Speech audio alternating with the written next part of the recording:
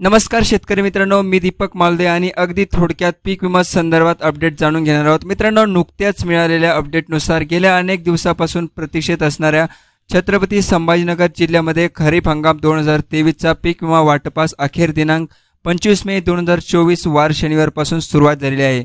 यामध्ये सिल्लोड, गंगापूर, वैजापूर, खुलताबाद तालुक्यातील शेतकऱ्यांचा समावेश असून शेतकऱ्यांनी आपल्या आधार संलग्न बँक खात्यामध्ये आपला पीक विमा वितरित झाला की नाही हे चेक करावे। शेतकरी मित्रांनो, सध्या पीक विमा वितरित होत असताना डीबीटी प्रणालीच्या माध्यमातून शेतकऱ्यांना पीक विम्याचे वितरण होत आहे। त्यामुळे शेतकऱ्याचं एकापेक्षा जास्त खाते जर असेल तर ज्या खात्याला आधार कार्ड लिंक आहे त्याच खात्यावरती तुमचा पीक विमा येणार आहे। आणि पीक विमा वितरित होत असताना तुमच्या डिपॉझिट जी काही एंट्री आहे त्याला by transfer Aadhaar amount credit to अशा पद्धतीने तुमच्या बँक खात्याला विवरणमध्ये पीक विम्याची एंट्री येत आहे। शेतकरी मित्रांनो, राज्यातील वेळोवेळी पीक विम्याचे अपडेट पाहत असताना असं लक्षात येत आहे की बऱ्याच साऱ्या शेतकऱ्यांना त्यांचा पीक विमा त्यांच्या बँक खात्यामध्ये जमा होत आहे, परंतु मेसेज येत नाही।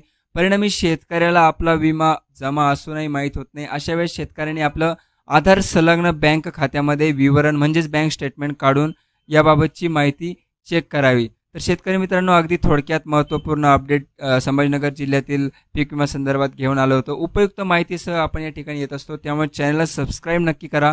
पुन्हा भेटूया एका नवीन माहितीसह, तोपर्यंत धन्यवाद।